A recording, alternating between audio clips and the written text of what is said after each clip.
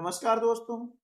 Integrate अभ्यास पुस्तिका 2023-24 के अंतर्गत कक्षा 8 विषय गणित के इस कालखंड में आपका स्वागत है।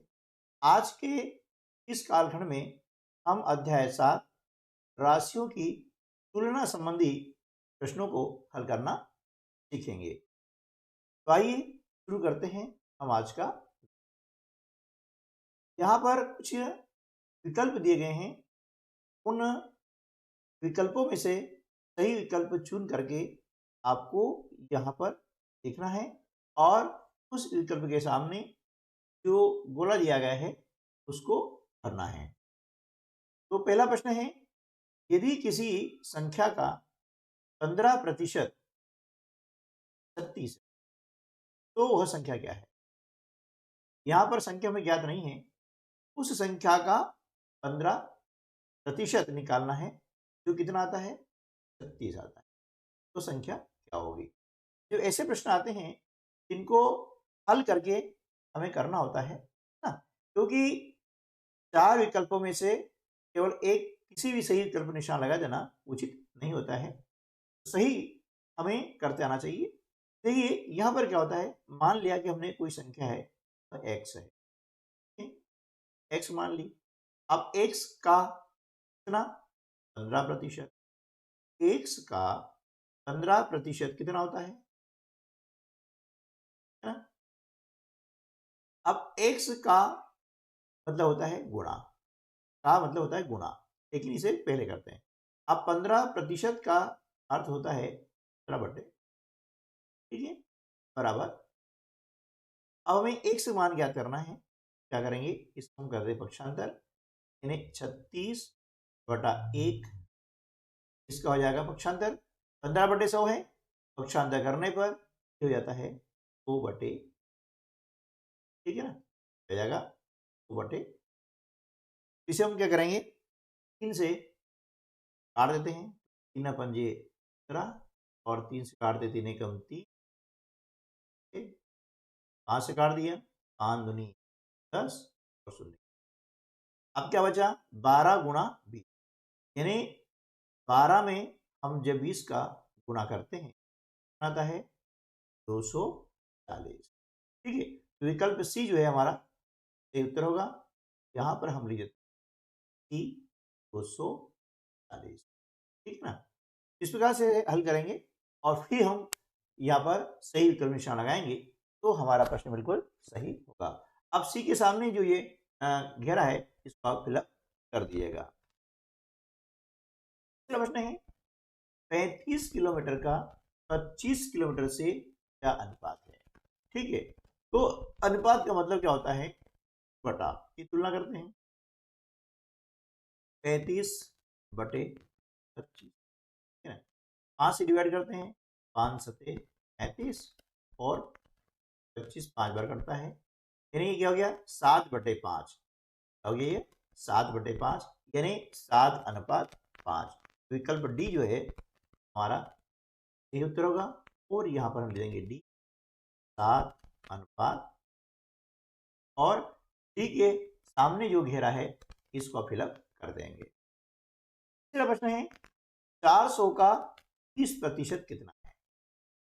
देखिए 400 का मतलब क्या होता है, गुणा। 30% का मतलब क्या होता है, 30/100, ठीक है ना, 30/100। अब ये लास्ट में 0 है, इनको काट देते हैं।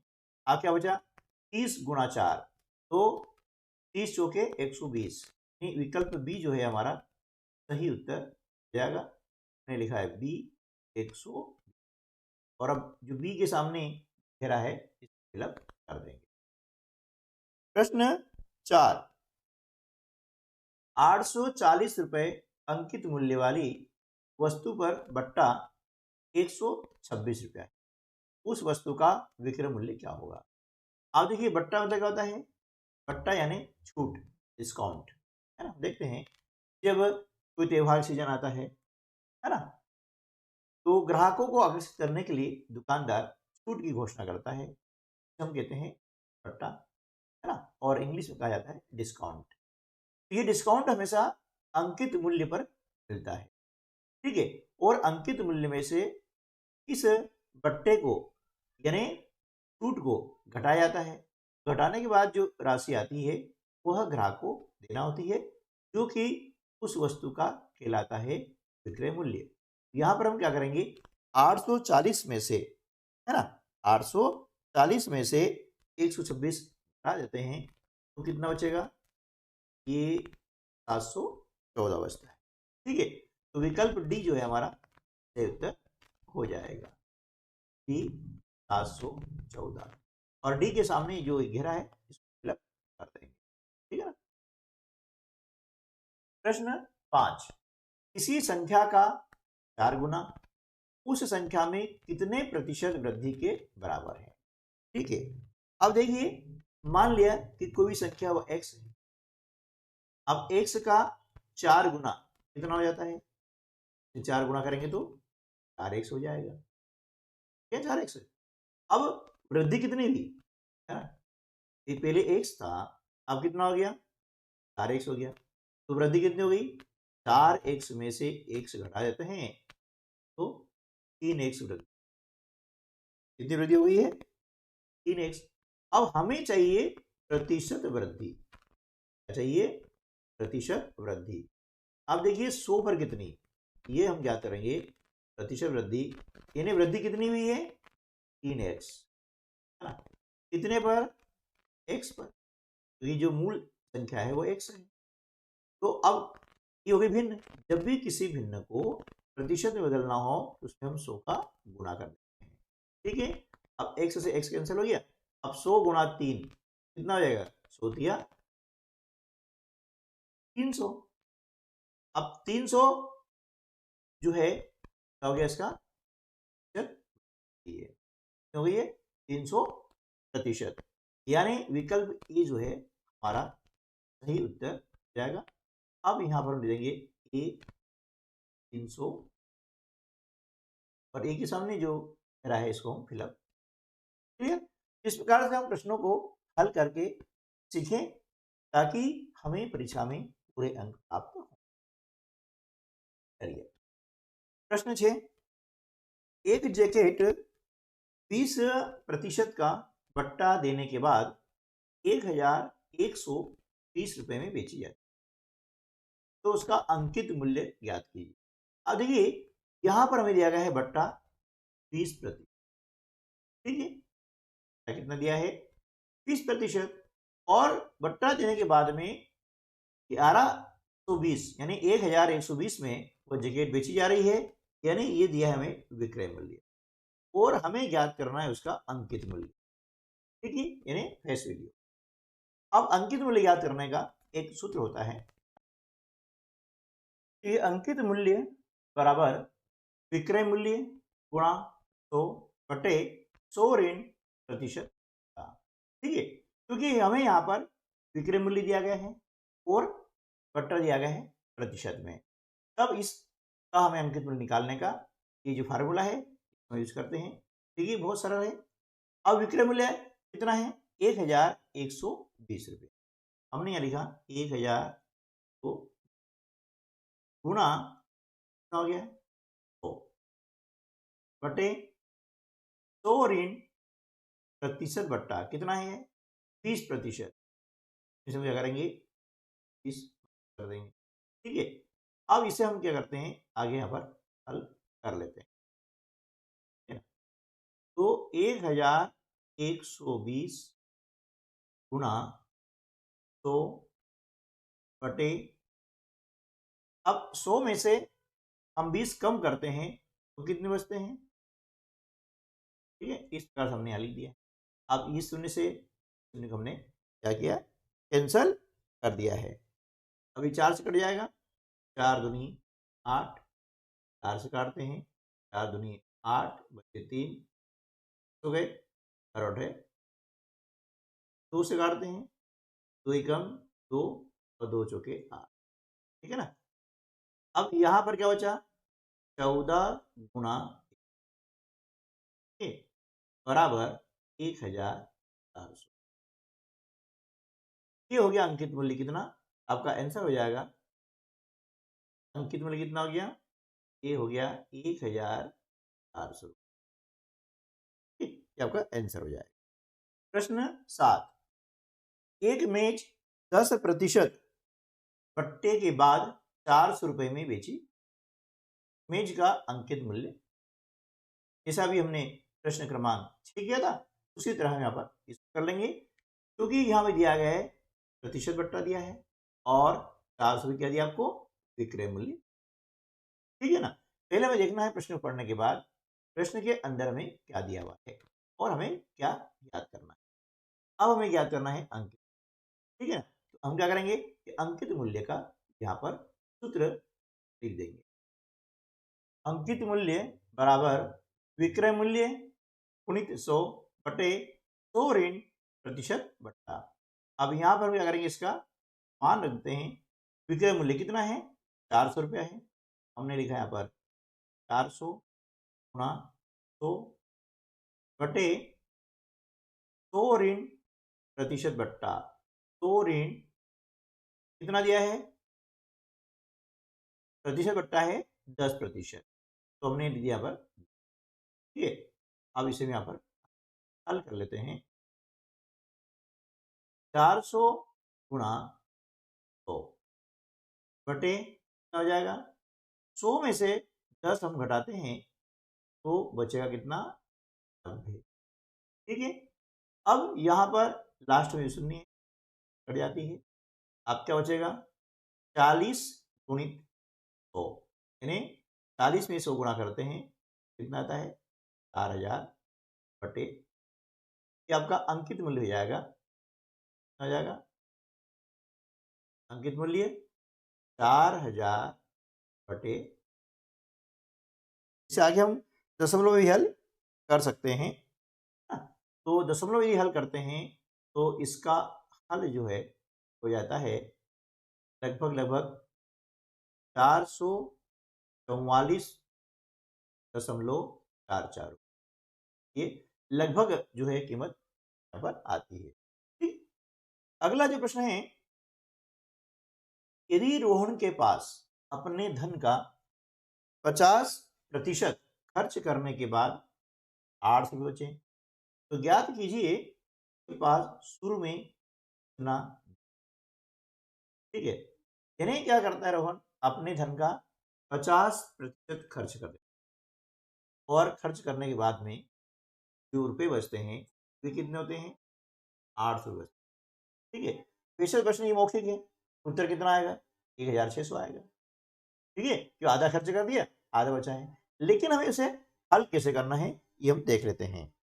देखिए, माना कि रोहन के पास शुरू में 100 रुपए थे, 100 रुपए में से क्या करता है, 50% खर्च करता है।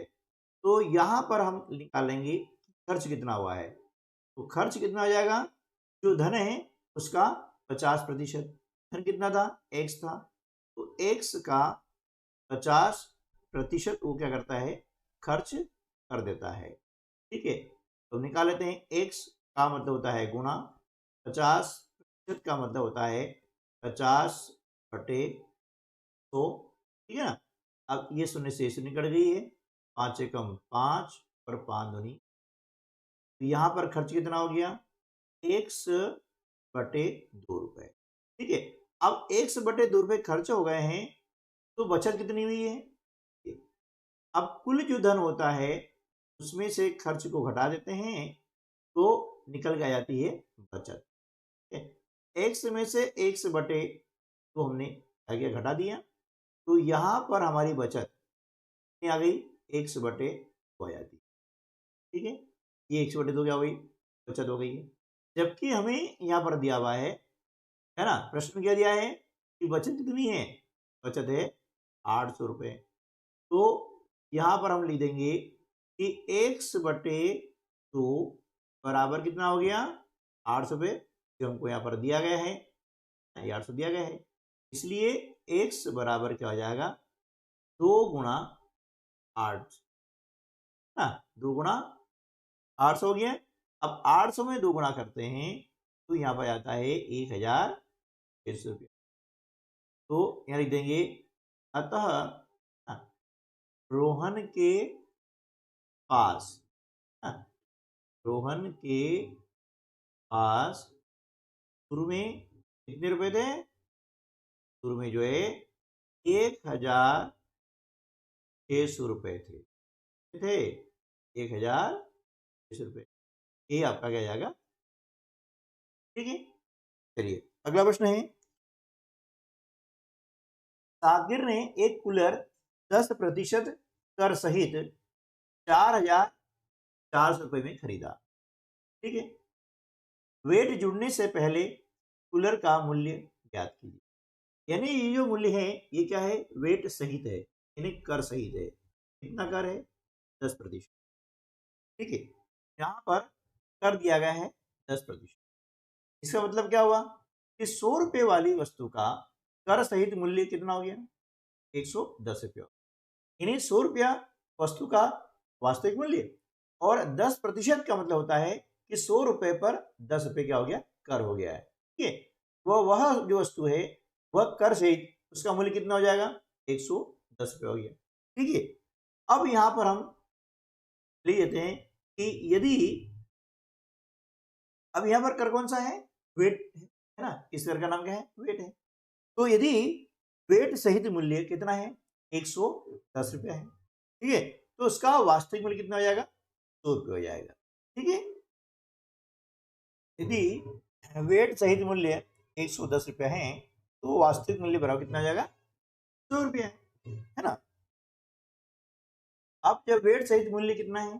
4,400 रुपया है जो हमें दिया हुआ है, तो उसका वास्तविक मूल्य कितना होगा? तो यहाँ पर हम क्या करेंगे? देंगे 100 बटे, यहाँ जो राशि आती है वह बटे में आती है, यानी 100 बटे हो गया क्या? 110 गुणा यहाँ जो राशि है हम यहाँ पर गुणा के रूप में लिख देते हैं, और आगे से हम हल कर लेते हैं। इसके बटे कुछ नहीं, मतलब एक है ना। अब ये शून्य से कट गया है, 11 से काटते हैं, 4 चौके 44। तो यहाँ पर जब 10 में हम 4 से गुणा करते हैं कितना आता है? 4,000। ठीक है, ये आपको क्या हो जाएगा? है ना, यानी वेट जुड़ने से पहले कूलर का मूल्य कितना था? 4,000 रुपये था। ठीक है, नेक्स्ट क्वेश्चन। ज्योति एक वस्तु 4.5% बिक्री कर सहित 3,155 रुपए में खरीदी। क्या किया? जो वस्तु है उसे कर सहित 3,155 रुपए में खरीदी, तो कर से पहले उस वस्तु का मूल्य।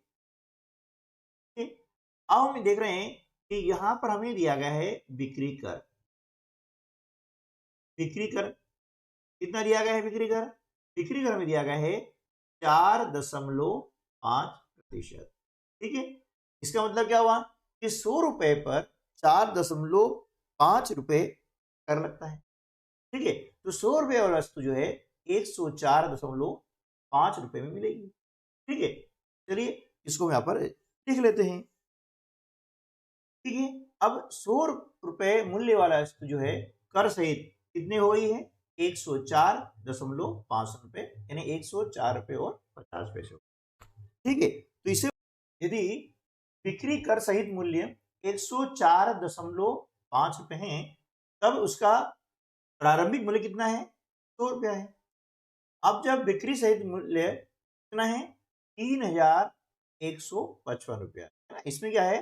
बिक्री कर भी शामिल है, तो उसका प्रारंभिक मूल्य यानी कर से पहले, है ना, उस वस्तु का मूल्य क्या होगा?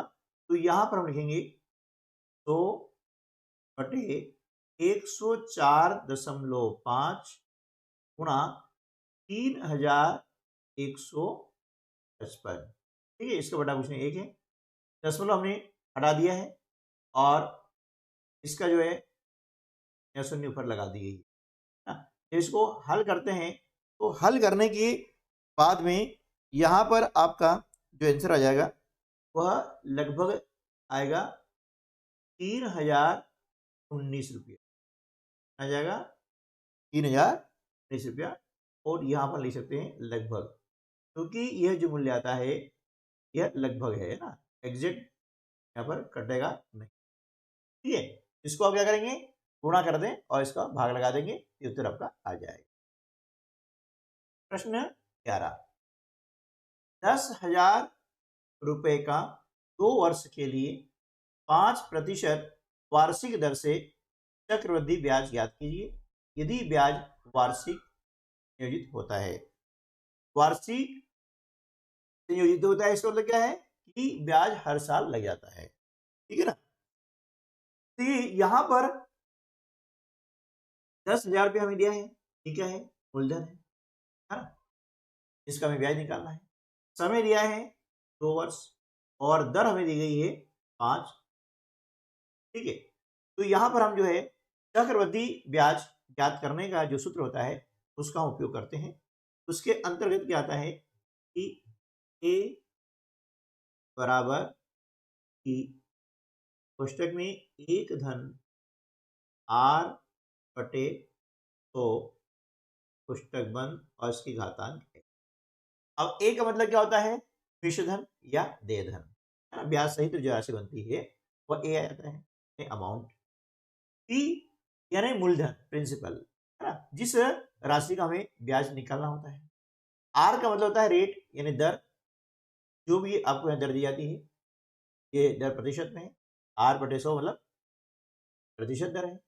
और एन का मतलब होता है समय अवधि, जितनी अवधि के लिए ब्याज निकालना होता है।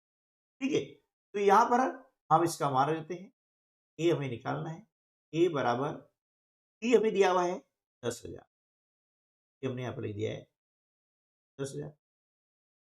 कोष्टक के अंदर 1 धन आर बटे 100, आर कितना है 5% है, हमने लिखा है 5 बटे, ठीक, और एन कितना है 2 वर्ष है, ये हमने 2 लिखा। ठीक है ना, अब ए बराबर 10,000 लिखा हमने 10,000। अब क्या करेंगे, इसके अंदर जो ये संख्या है इसको कटेगी तो काट देते हैं, तो 5 एकम 5 और 5 दूनी 10, 1 ठीक है, ये क्या हो गया 1 धन 1/20 हो गया। जब ऐसी कंडीशन आती है क्या करेंगे, 20 से गुणा कर दो 1 में, 20 एकम 20 और ऊपर जो अंश बचा हुआ है इसको जोड़ दो, 20 और 1 21, यहाँ आ जाएगा 21/20, ठीक है ना, और इसकी घातांक आ जाएगी, आगे हल कर लेते हैं। तो ए बराबर 10,000 गुणा, अब यहाँ पर 21/20 की घातांक कितनी है, 2 है। हम पहले पढ़ चुके हैं कि जिसकी घातांक जितनी होती है उसके आधार को उतनी ही बार लिखा जाता है। यानी यहाँ पर आधार कितना है 21/20 है, इसकी घातांक 2 है, हम 2 बार लेते हैं, 21/20 गुणित 21/20। अब इसका बटा कुछ नहीं है तो 1 है और ये लास्ट में 0 है, पहले इन 0 को हम इस प्रकार से काट देते हैं, 2 से काटा, 2 पंजे 10, 0, 2 से काटा, 2 दूनी 4 और 2 पंजे, तो यहाँ पर ए बराबर क्या जाएगा 25 गुणा 21 गुणा 1। जब इन तीनों का हम गुणा करते हैं तो यहाँ पर ए बराबर कितना मिलेगा 11,000 मिलेगा, 11,025। ये क्या हो गया, ये दे धन हो गया है, यानी मिश्र धन, कितना रुपए देना है। लेकिन हमसे पूछा गया है चक्रवृद्धि ब्याज कितना हुआ है ना, चक्रवृद्धि ब्याज का मतलब होता है कंपाउंड, है ना, जिसे हम बोलते हैं आई। तो सी आई बराबर क्या हो जाएगा ए माइनस पी, ए यानी मिश्रधन, पी यानी मूलधन। तो यहां पर हम लिख देंगे ए कितना है 11,025 है, इसमें से हमने मूलधन 10,000 घटा दिया है। ठीक है, जो 11,025 में से हम 10,000 घटाते हैं, यहाँ पर हमारा चक्रवृद्धि ब्याज है वो निकल के आता है 1,000। ठीक है, और ये हमारा क्या आ जाएगा आंसर हो जाएगा कि चक्रवृद्धि ब्याज कितना निकला 1,000। ठीक है, अगला प्रश्न है, एक कार 5 लाख में खरीदी गई। क्यों खरीदी गई? 5 लाख में। 8% वार्षिक दर से इसके मूल्य का अवमूल्यन हो रहा है। अवमूल्यन मतलब इसकी कीमत घट रही है, उसे कहते हैं अवमूल्यन। तो वह 1 वर्ष बाद कार का मूल्य ज्ञात कीजिए। अब देखिए, ये अवमूल्यन वाले जो प्रश्न आते हैं ना, इसमें भी हम जो है चक्रवृद्धि ब्याज का लगा सकते हैं। ठीक है ना? तो अवमूल्यन हो रहा है, घट रहा है ना? इसलिए हम क्या करेंगे, सूत्र में थोड़ा सा हम फेरबदल करते हैं, यानी थोड़ा सा हम इसमें संशोधन करते हैं। कैसे करते हैं? देखिए, ए बराबर पी एक ऋण, हमने अभी क्या किया था? धन का चिन्ह लगाया था यहाँ पर। क्यों? कि ब्याज बढ़ता है, प्रतिवर्ष बढ़ता जाएगा, जबकि अवमूल्यन यदि हो रहा है तो प्रतिवर्ष ये कम होगा, तो कम होगा इसलिए हमने माइनस चिन्ह लगाया है, ऋण लगाया है। बस बाकी वैसे आ जाएगा आर बटे 100 की घातांक। अब यहां पर ए का मतलब क्या हो गया है? 1 वर्ष बाद कार का मूल्य हो गया। टी यानी क्या हो गया है? इसका जो वर्तमान मूल्य है वो हो गया है। आर यानी दर और समय कोई एन, एन यानी समय होता है 1 वर्ष। तो यहां पर हम लिख देंगे ए बराबर टी का मान कितना है? 5 लाख है, हमने लिखा 5 लाख। पुस्तक में एक ऋण आर का मान दिया है यहाँ पर 8, 8 लिखा, तो 8/100 और घातांक हो गई 1। अब ये 4 से कट जाएगा, 4 दूनी 8 और 4 दूनी 8, 4 पंजे। ठीक है, तो यहां पर हो जाता है ए बराबर 5 लाख। पुस्तक में अब यहां ध्यान दीजिएगा, 25 से कम 25, पहले धन था हमने जोड़ा, अब यहां पर क्या है? ऋण है। और क्या है? ऋण है, तो हम क्या करेंगे? इसको घटा देंगे। 25 से कम 25, अब 25 में से 2 घटा देंगे तो यहां आ जाएगा 23, आ जाएगा 23 बटे 25। घातांक 1 है ना? तो घातांक 1 शायद लिख दें या न लिखें। अब यहां पर हो जाएगा ए बराबर 5 लाख गुना 23 बटे, अब 25 से हम क्या करेंगे? इसको काट देंगे। 25 से कम 25 और 25 दूनी, अब ये शून्य 1 2 3 4 शून्य आ जाएगी इसकी, ये आगे 4 शून्य। ठीक है, अब ये हो गया 20,000। अब 20,000 में हम 23 का गुणा यदि करते हैं तो यहां पर आ जाएगा 4,60,000 आ जाएगा, 4,60,000 आ जाएगा। तो हम लिख सकते हैं, अतः 1 वर्ष बाद कार का मूल्य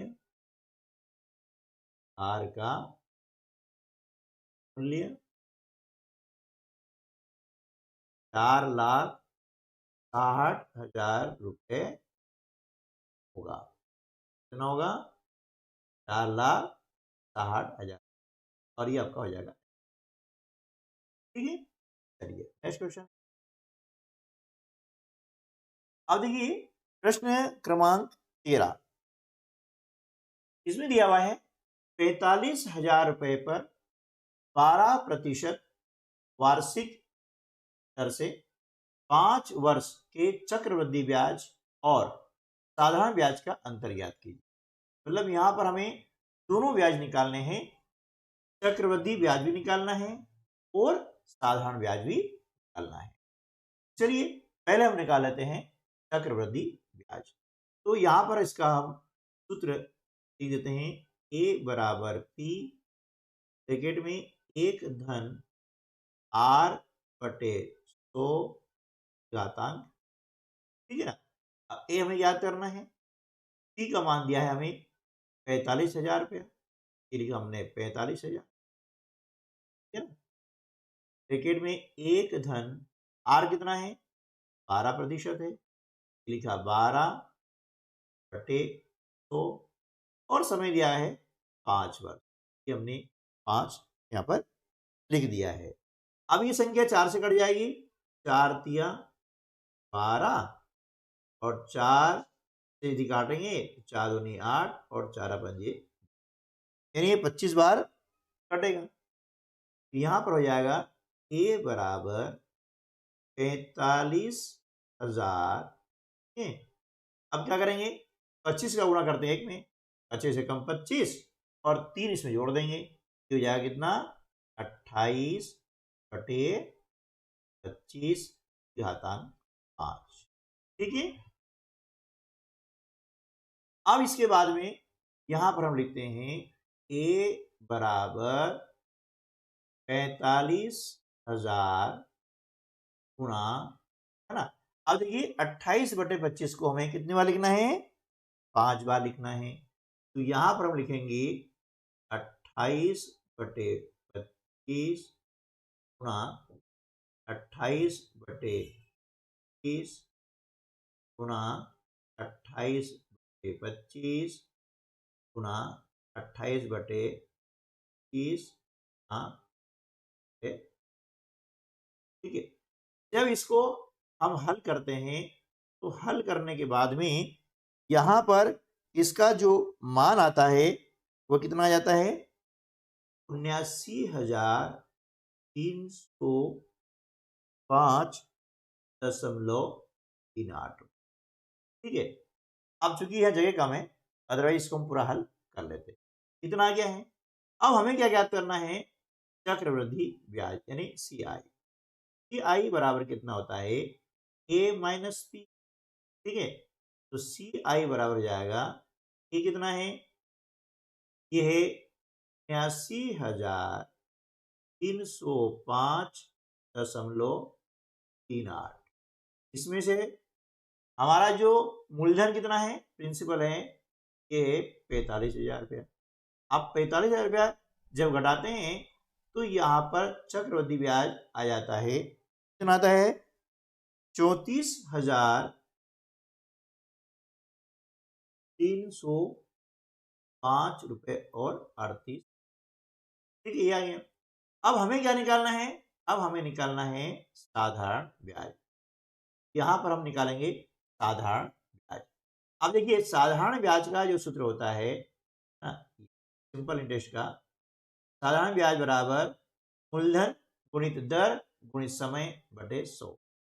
मूलधन गुणित दर गुणित समय बटे ठीक है। अब यहां पर हम निकालते हैं SI साधारण ब्याज। मूलधन हमारा है कितना 45,000,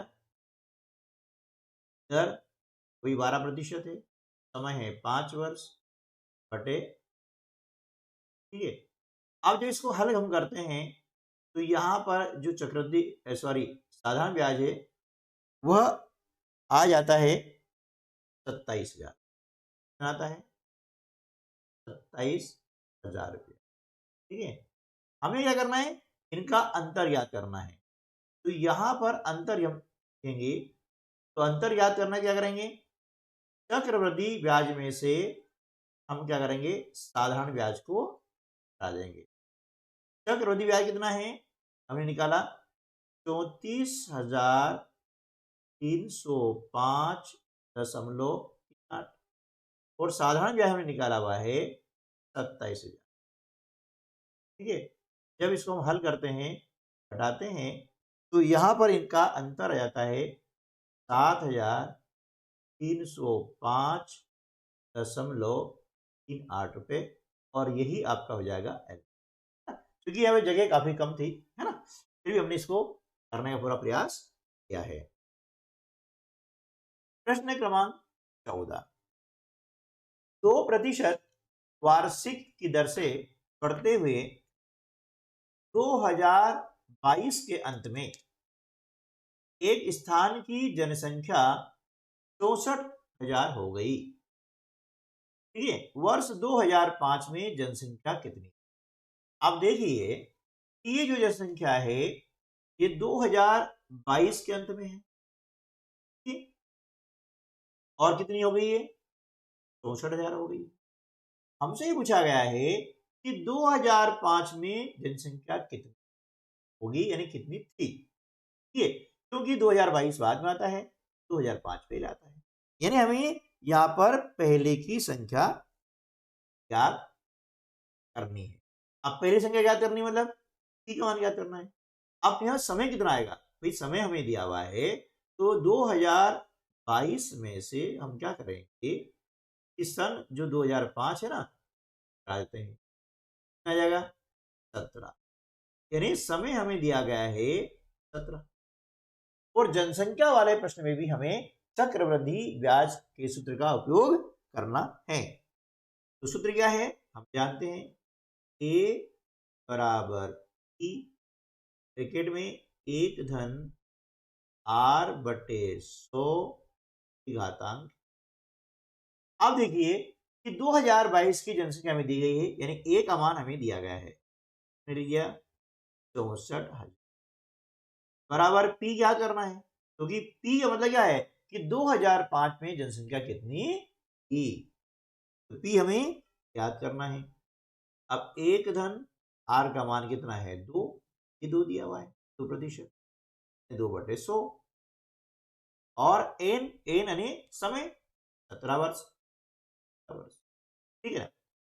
अब यहां पर लिखेंगे 64,000 बराबर की, आप देखिए यहां पर 100 को गुणा करते हैं, एक में 100 और 2 जोड़ दिया, कितना हो गया 100, 102 बटे हो गया है 100, घातांक कितनी जाएगी 17। 64,000 बराबर की, अब देखिए 102 में जब हम 100 का भाग लगाते हैं कितना आ जाता है 1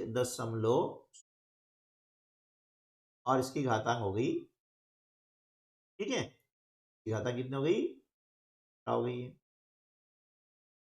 तो इसे हम आगे क्या करेंगे, देंगे 64,000 बराबर, है ना, बराबर कितना आ जाएगा ई गुणा, अब 1.02 को हम यदि 17 बार लिखते हैं और उनका आपस में गुणा करते हैं तो उनका गुणनफल लगभग 1.04 आता है, ठीक है, कितना आ गया 1.04 आ गया है।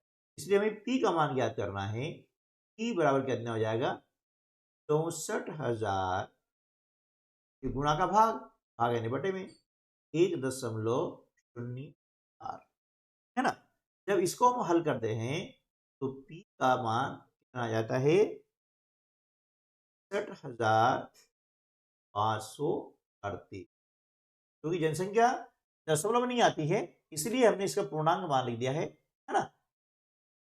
यहाँ पर दशमलव संख्या है, भाजक है, तो स्वाभाविक रूप से इसका जो भागफल आएगा वो दशमलव आएगा ना, लेकिन उसने हमें क्या करा है पूर्णांक लिखा हुआ है, क्योंकि जनसंख्या कभी भी दशमलव में होती है।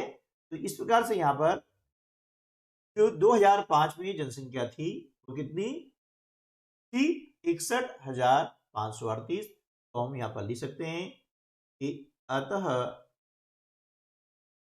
2005 में जनसंख्या